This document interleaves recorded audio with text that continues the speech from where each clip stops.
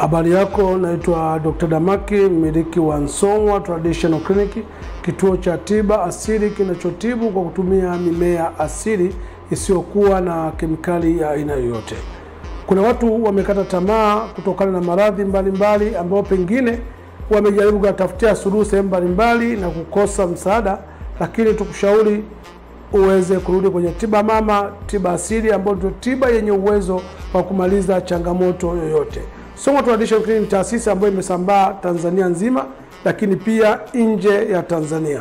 Kwa hiyo ukiwasiliana sisi utapata msaada na tiba yenye uhakika, na sisi tunatoa tiba halisi na sio supplement. Sisi hatutoi virutubisho wala sio supplement. Sisi tunatoa dawa tiba ambayo inakuondolea tatizo moja kwa moja.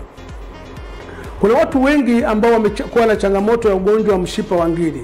Mshipa wa ngiri ni ugonjwa ambao hauambukizi, hauna tiba kwenye hospitali za kizungu tulizozoea, lakini pia hauna kipimo kwenye hospitali za kizungu ambazo tulizozoea. Lakini ni ugonjwa ambao umekuwa ni changamoto kubwa sana hasa kwa wanaume.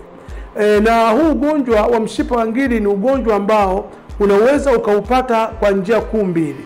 Ama kwa kuzaliwa nao, yani kuulisi kwa baba kama alikuwa na changamoto hii, basi mtoto wa kiume akizaliwa anaweza akalisi ugonjwa huu. Lakini pia unaweza ukapata ugonjwa huu kwa lifestyle, mtindo wa maisha ambao wewe mwenyewe ukaishi. Unapataje kwa lifestyle? Kwa kuzaliwa nao, kama mama alikuwa na ugonjwa, baba kama nilivyosema alikuwa na ugonjwa huu, anaweza kupata mtoto. Lakini kwa lifestyle, mtindo wa maisha, ni kwamba mtu anapofanya kazi ya kujichua masturbation mara kwa mara, inaweza kaathiri mshipa yake na hatimaye akapata ugonjwa huu wa mshipa wa ngiri.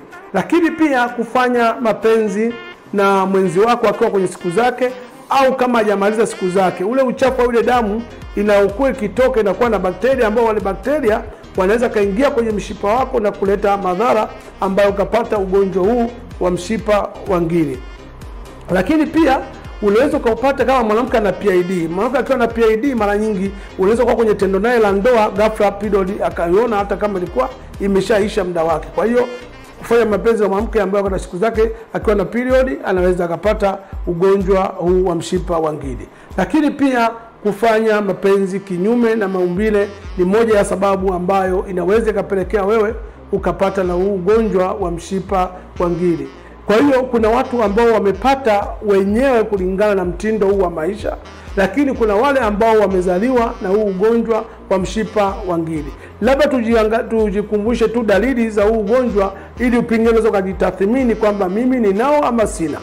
Ugonjwa wa mshipa wa ngiri ni ile hali ya maumivu makali ya tumbo hasa wakati wa baridi, lakini pia maumivu ya korodani zake za kusikia maumivu hasa wakati wa baridi. Na wakati mwingine hata kama sio baridi, inaweza kutokea maumivu ya korodani zikauma au kiuno kikauma sana.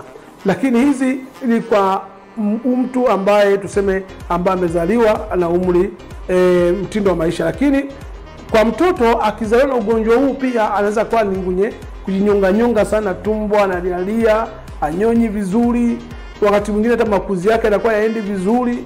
Lakini ugonjwa huu wa mshipa wa ngiri una madhara.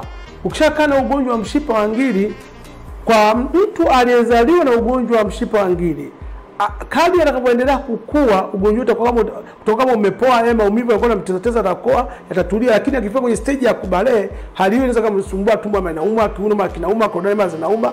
Lakini pia mtu huyu maumbile yake ya kiume yanasinyaa, yanakuwa ni madogo, yani hayakui.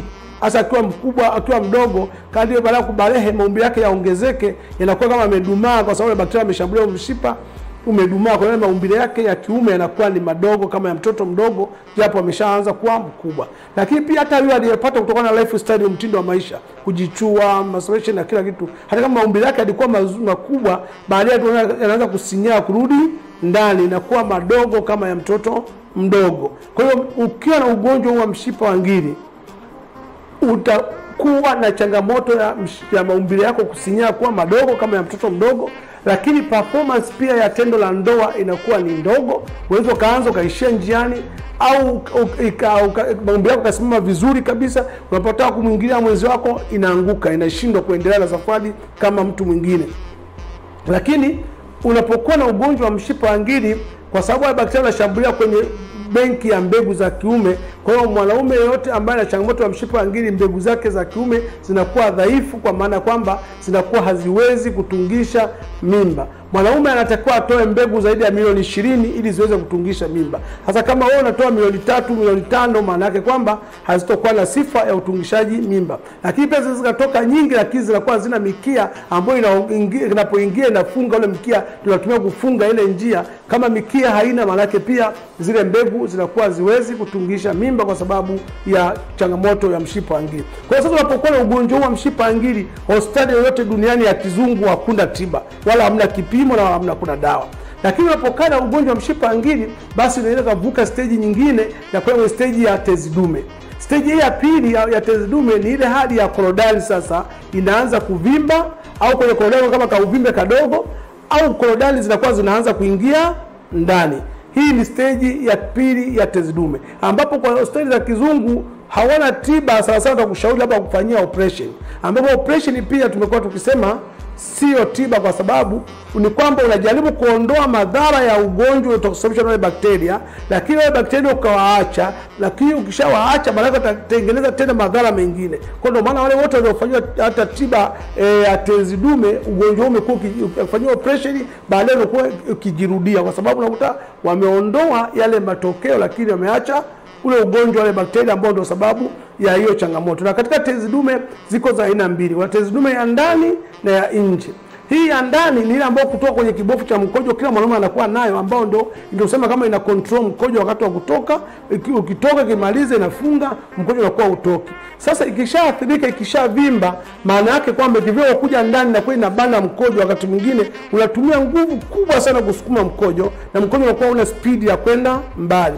Au wakati mwingine itanuka, inakuwa ikifunga haifungi kubana moja kwa moja, hadi ambayo mkojo hata kama ukibana mkojo huwezi kwenda mbali mrefu, mkojo unaanza kutoka vitone, yani kwa sababu unakuta mkojo zile tezi zinakuwa zizui moja kwa moja. Kwa hiyo zile tezi dume ya ndani inaweza kupelekea mtu akashindwa kukojoa, ikapelekea awekewe mpira, au mwingine anakuwa mkojo unatoka wenyewe bila kutaka, inapelekea awekewe mpira. Kwa hiyo hii tezi ya dume ya ndani na ya nje, zote hizi zinatokana na mtu pengine kuishi na ugonjwa wa mshipa wa ngiri ambao hajautibu, na pengine amekuwa kena dawa za kizungu na petu za kawaida, lakini anakuwa hatibu chanzo cha tatizo. Na unapokaa na huu ugonjwa wa mshipa wa ngiri kupeleka tezi dume, baada hapo unaweza kupeleka stage nyingine ya tatu ambayo inakuwa ni hernia, ambayo hernia inakuta ni ile, kuna hernia ambayo inakuwa kama kuna utumbo unakuwa wazi, maana unakuwa kama inashambua, inatengeneza kama tundu ambao utumbo unakuwa kama unashuka chini, inakuwa kama busha tuseme, inavimba zaidi. Yani uvimbe unakuwa ni mkubwa, baadaye unakuwa unapotea, unakuja na kupotea. Au uvimbe unakuwa ni mkubwa zaidi, au kwenye pembezoni mwa paja hapa uvimbe unatokea na unakuwa uvimbe mkubwa. Hii tunasema ni stage ya tatu ambayo ya hernia. Lakini ukikaa na hii stage, inaweza kupeleka stage ya 4 ambayo ni stage ya saratani ya tezi dume, ambayo hii stage ya saratani inafika hatua hata kule kukojoa, unaanza kukojoa damu, hata pia performance ya nguvu inakuwa hakuna. Hata kama ni ile ya uvimbe unaweza kubadilika hata rangi ya ile sehemu, inakuwa kama na weusi fulani. Kwa hiyo sasa, kama una changamoto ya mshipa wa ngiri au tezi dume au hernia, tukushauri uweze kufika upate tiba mapema. Au kama una changamoto ya saratani ya tezi dume, tunazo dawa yetu ya Mchosb ambayo inatibu saratani ya aina yoyote. Lakini pia kama una changamoto ya mshipa wa ngiri, tukushauri uje upate dawa asili ambayo inatibu kuanzia chanzo ya tatizo, ili usiweze kufikishwa kwenye hatua zingine ambazo tumezielezea, ikapelekea mwanaume kashindwa kuperform tendo la ndoa, au ikapelekea mwanaume umri wako unakuwa madogo kama mtoto mdogo. Wakati mwingine unapotaka kufanya tendo la ndoa mwenzako unaona hata aibu, hata wakati mwingine unapoenda kwenye kuogelea au kufanya chochote unaona aibu kuvua mbele za wenzako, kwa sababu maumbile yako ni madogo kama ya mtoto mdogo.